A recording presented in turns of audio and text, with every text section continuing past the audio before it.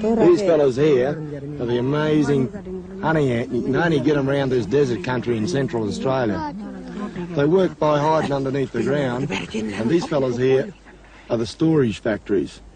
These other little blokes on my finger here, they're the workers. They've got to get up on the ground surface, climb up the trees, collect the pollen and the nectar, and then back underground to feed their mates. During the hard times in the desert, these workers come down underground and feed off these larder factories. It's a great system. They're not bad stuff either. Proper sweet one, yeah. For the women of Papunya, the honey ant has special significance. It's a central part of their dreaming, their tradition. And these honey ants tell us a couple of symbolic things about living out here in the desert country. Firstly, they're an excellent example of survival. Like the traditional desert people themselves, they're very well adapted to survive the countless droughts. They also tell us that out here in the desert, you can get good tucker.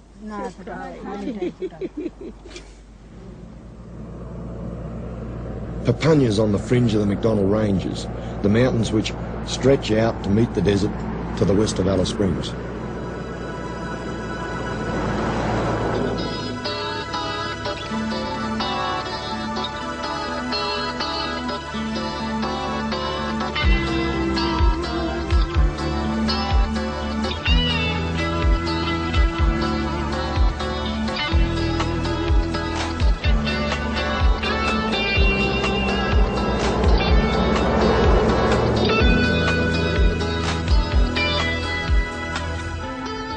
The arid zone, the desert country, covers almost half of the Australian continent.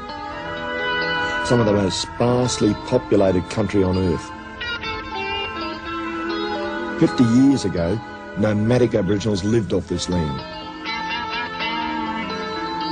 It's sometimes hard to imagine that anyone could have lived out here at all.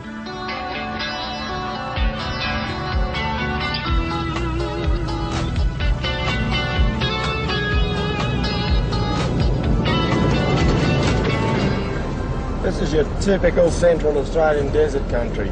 It's typified by all this spinifex here and the stunted mulgas and eucalypts and the acacias and the hakeas, the whole lot. But not all Australian desert is like this. Over towards the east in the Simpson, it's all sand dunes, and over in the west, you tend to get your gibber deserts over there.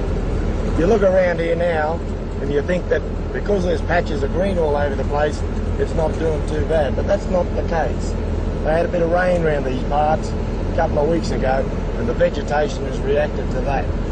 Deep down inside, the desert is hurting because it's dry, and they haven't had a wet season here for some years.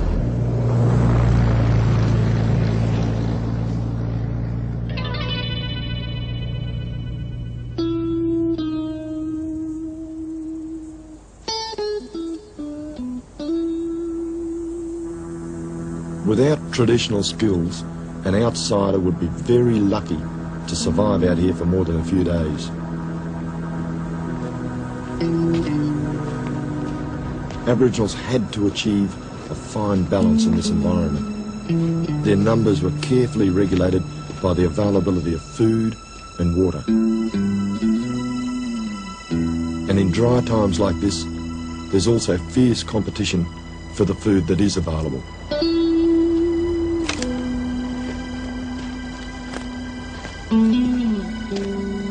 You learn pretty quickly that the early bird catches the worm.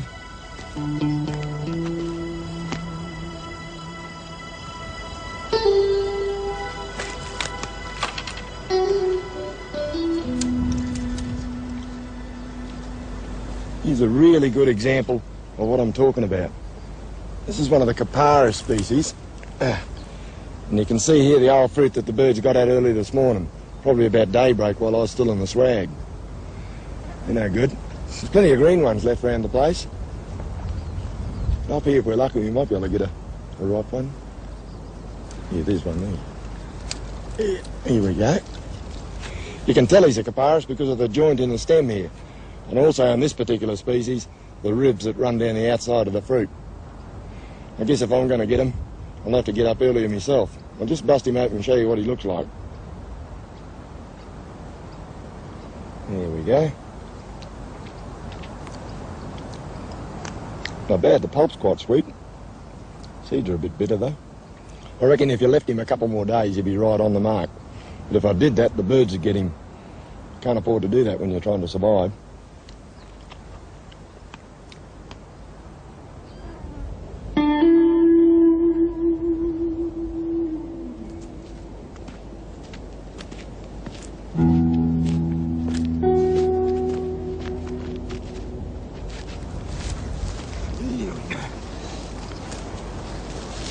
There we go, that's a little blue-tongued lizard. In traditional times, fellas like this and goannas and lizards all through the desert country here were used pretty thoroughly for bush tucker. This little bloke, he's pretty harmless, he's just out having a bit of a sunbake. We'll just let him go. Here we go.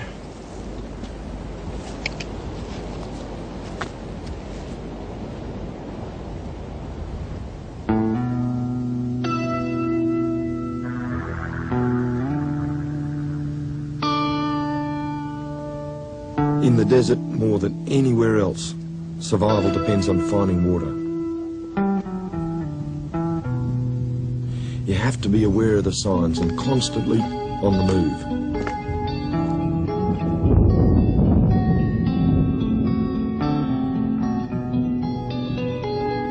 It doesn't rain too often out here, so when you see it, that's where you head for, because the rain brings not only the water, but also food.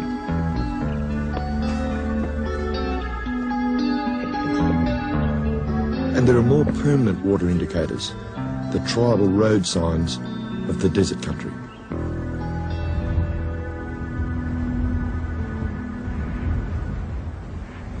This is an engraving, it's not a painting, and what it depicts, it's the Aboriginal logo or sign for waterhole. Sometimes you get it with one circle or a number of circles, but it's very common right throughout the desert country. These sort of things you'll find popping up, particularly around waterholes. Looking around here, I'd guess that the waterhole will have to be up there in that gorge somewhere. Somewhere over there where they've got those rock figs, because that's also an indicator.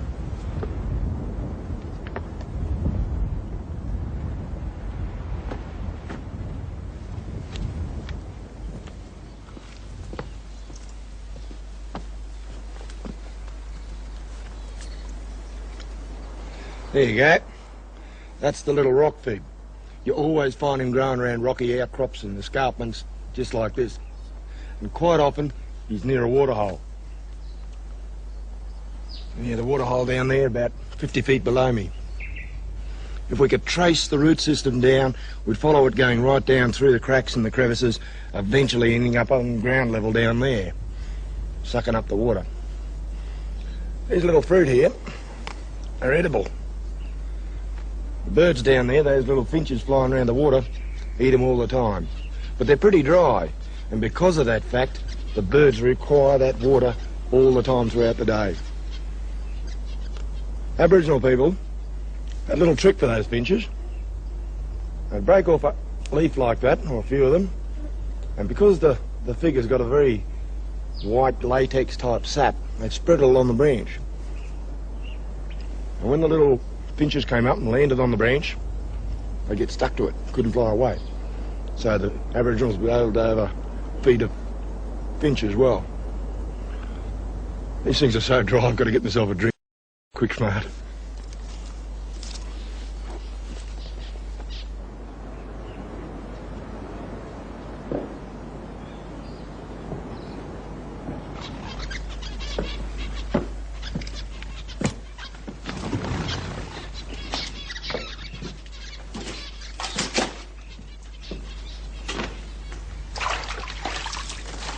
Waterholes play a big part in the legends of the desert people. That's hardly surprising. They were once the key to survival in the desert. They dictated where people could live and how many people could be supported.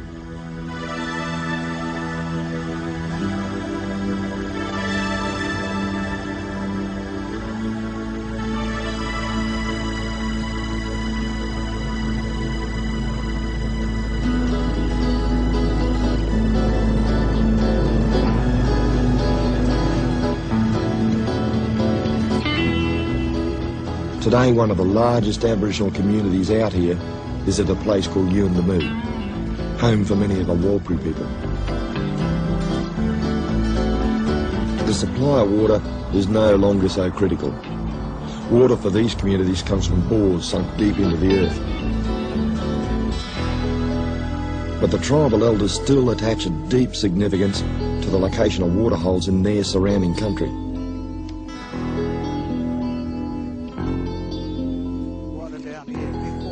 And for me, it's a constant fascination to find out just how and where you can find water.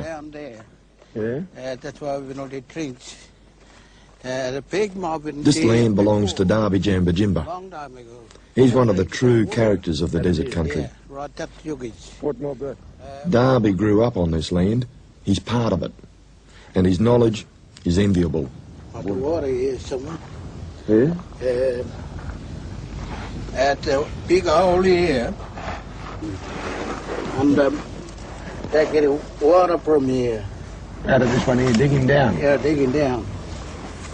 In these conditions, even the most reliable places can turn out dry. This one here. Right. There's probably water deep down here, but there comes a point where it's no longer viable to continue. You'd be using up too much valuable energy. Might be too dry, this one, I thought. Yeah, dry. Probably dry here. Probably dry, eh? Yeah, Nothing. nothing. We need to get a rock one. What do you get in that rock one, round here? Yeah, we go around there. Darby knows that there must be water out here somewhere, and he'll find it by observing the birds and the insects and following the animal tracks. We go on that way now. Yeah. Before I first came out into the desert country many years ago, I imagined that a waterhole was a place that you had to swim in. Rock hole, this one here. Ah, yeah. All out the gully there. What I didn't realise then was just how precious even a tiny bit of water can be out here. Bit dry. And to find that, you really have to persevere. Yeah. Dry again. Yeah. And this one dry too. Oh, yeah. It might be a little bit wet Might a down little there. bit there. Coming down from down there, right? Yeah, come down there from that place. You reckon I might dig him out and we'll have a look? Yeah, you can have a take him off, huh? All right. The rocks. Dig him out down there. Yeah.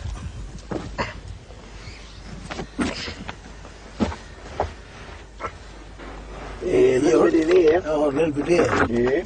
Uh-huh. Yeah. Yeah. Down here. Yeah. Been there? Yeah, I seen him.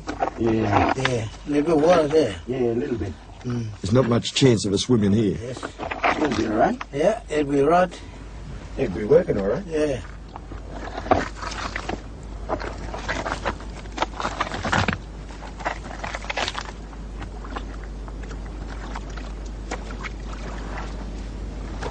There you go. I tell you what, it took a bit of finding because we started right over there in the hills, worked our way around here, and finally found it here. Even though you can look in a little catchment area like this and it looks dry, sometimes if you dig down, you can get the water. This stuff down here is pretty dirty. I wouldn't drink it the way it is there now.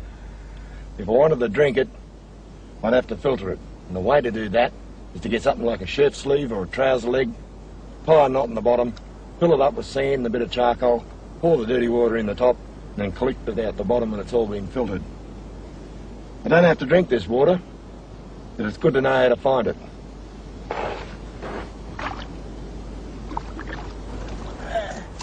It's really only about 70 years since Europeans first tried to settle in this part of the country. So Darby remembers the days when the Warlpiri people used to roam the Tanami Desert up to the north. The fig tree. I could listen for hours to his stories about the past. What about the cave? That cave there, we camp when a big rain come through, and we camp there. What have you been talking about eating in that cave there? The kangaroo? Kangaroo, yes. Emu? No. No? Not a kangaroo. Nothing? And goanna. Goanna? Goanna. Where you get the goanna? Anyway, it's here. In the same country? Yeah. All over that way? Yeah. Afternoon time, they're coming out. Come for a drink now? Yeah, they're going to get in like the water.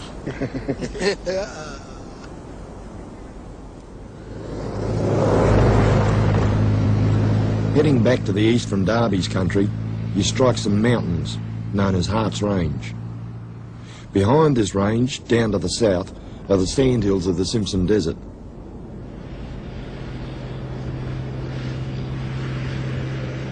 Hart's Range provides a water catchment sufficient to support a small community and some exotic local bush tucker. This is the rather oddly named bush banana. More like a choco than a banana.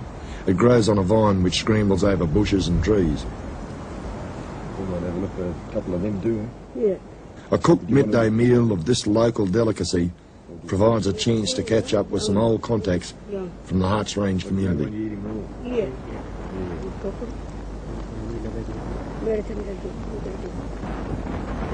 I might tell you that you can also eat these things raw.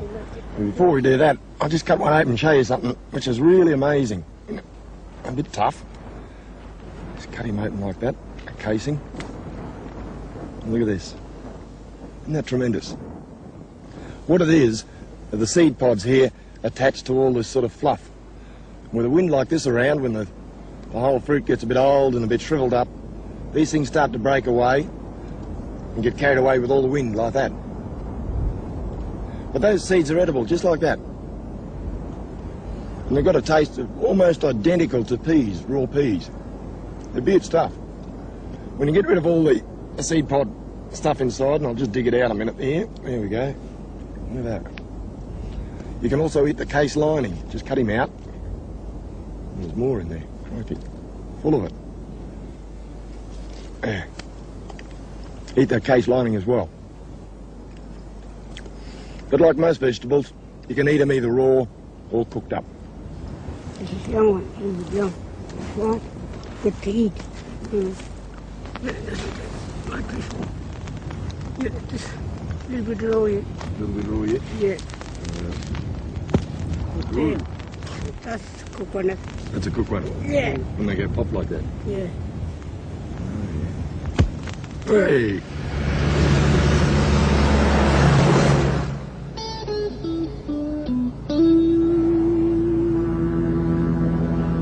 From Hart's Range, I'm pushing northwest.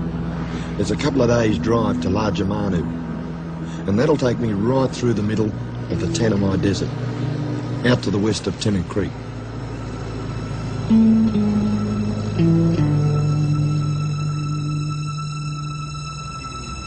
The Tanami is a vast spinifex and mulga desert, which occupies the very heart of the Northern Territory.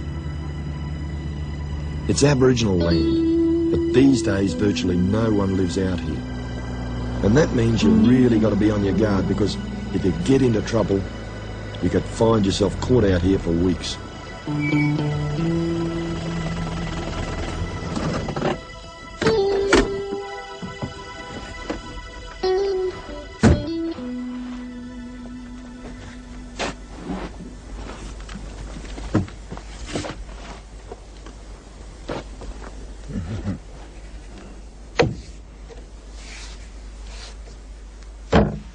Well, it certainly pays to check out your vehicle and your equipment when you're driving around this sort of country.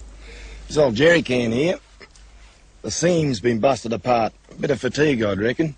Can't really blame it. I've carted it halfway around Australia. I suppose I could fix it up by getting a hot screwdriver or something and putting it on that plastic and sealing it back over. But out here you don't have to do that, because we can find out in the Spinifex country a natural cure. I'll just tilt him back so I don't lose all my water, because water's pretty important around here. Yeah, that stopped him.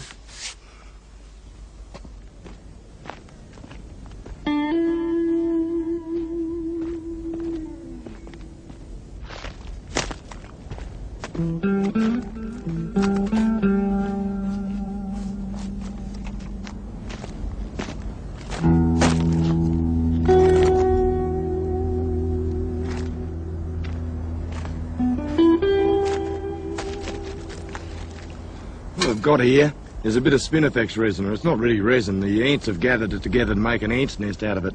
The resin seeps out of the stems and the flowerings of the Spinifex grass out here. They put it together and build their nest up, and it ends up rock hard. You can melt their stuff down and use it like a glue or a putty or something like that. And when it dries out, it's very, very hard, as you can see there.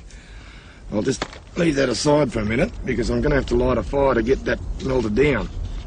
I'll show you a little trick that you can use for lighting fires out in the bush, if you're lucky enough, without matches. You get a bit of Condy's crystals and sugar and mix them together 50-50. You can put him on a rock like that, spread him out a bit, and then using a bit of that cotton wool, you scrape a knife very hard over the top. And maybe, if you're lucky, you can get the two crystals to crush up and react with each other and cause a spark to fly, which hopefully the cotton wool will pick up and ignite. There we go.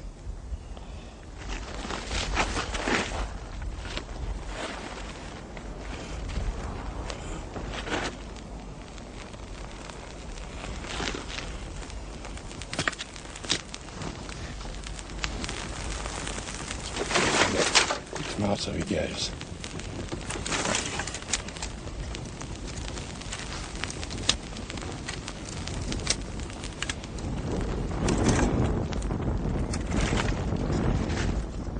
Just smash up some of this resin now. There we go. Put him into here. Put it on the fire. Let him melt down a bit. Should do. Good idea to have a fire going out in these parts, particularly if you get caught and you're lost. People can see them quite often from miles away. Another good thing to have is one of these things here. It's a signal mirror. They've got an aiming mark in them. They reflect the sunlight straight up into the sky. They're excellent.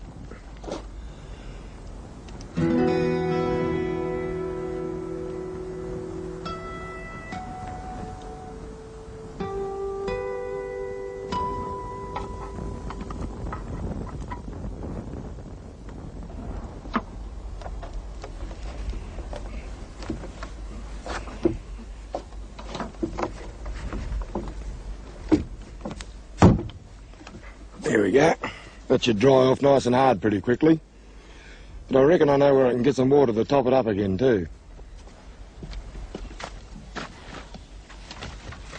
Survival can often depend on a bit of ingenuity.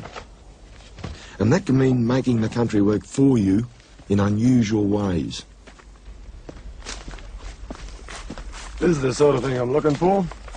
A eucalypt or gum tree. Give you a quick refresher on botany, because what happens is that the gums and all the vegetation around here, they suck up the moisture out of the soil, pump it up through capillary action through the trunk and then the branches, and then disperse it off into the atmosphere. Now, if you can capture that moisture before it goes into the atmosphere, you've got yourself water. Looking around here, you wouldn't reckon that there was any moisture at all in the soil.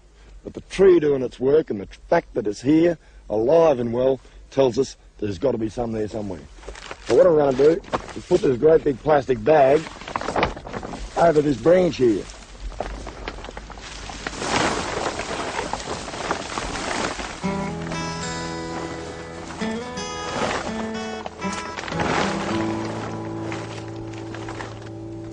Once you've sealed the bag over the branch, it doesn't take long in these hot conditions for the process to start up.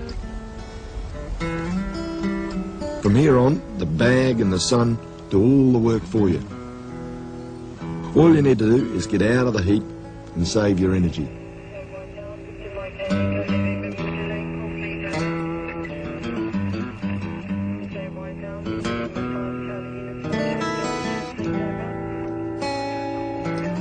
With a bit of patience and a few hours wait, you'll soon have some water.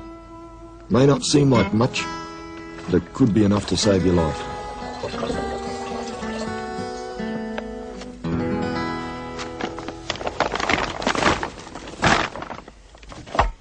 Try this out and see if it works. Yep, Good as new.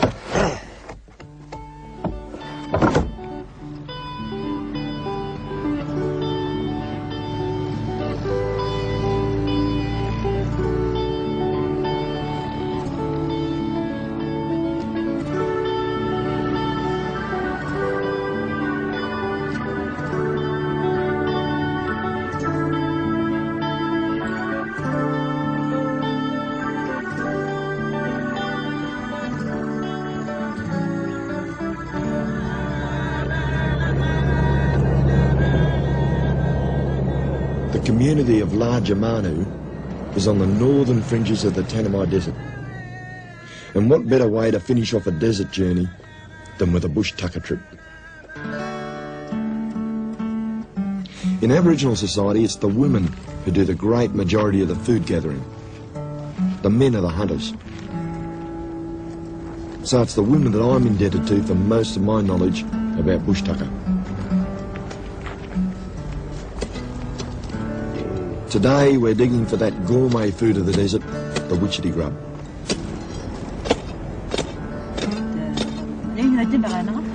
You find them in the root system of the Acacia kempiana, or witchetty bush, as it's usually called.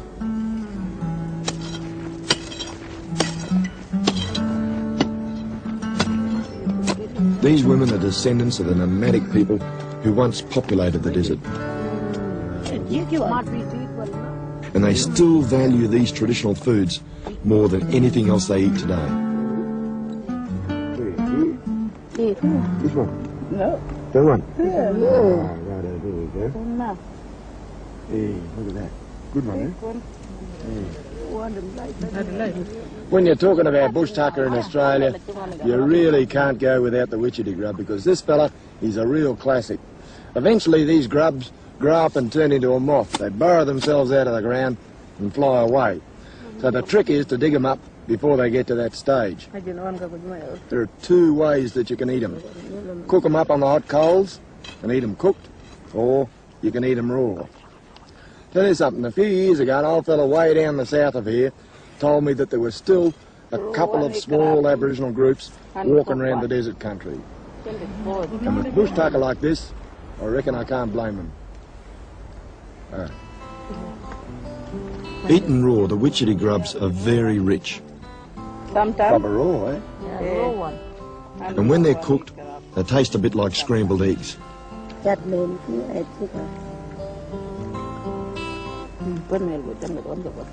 Uka. For the women of La Jamanu, a bush tucker trip is a continuing ritual which links them to their country and to their past. And for me, well, it's just great to be part of it.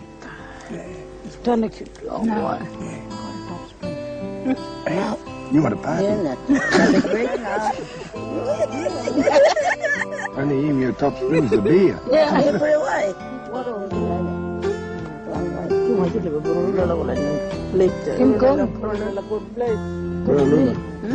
Oh, no, Dancing. My mom. Yeah, my mom. Anything going, all right? For the dance?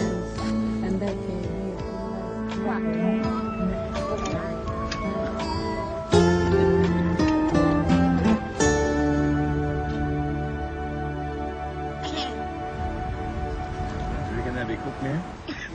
Good as drag out.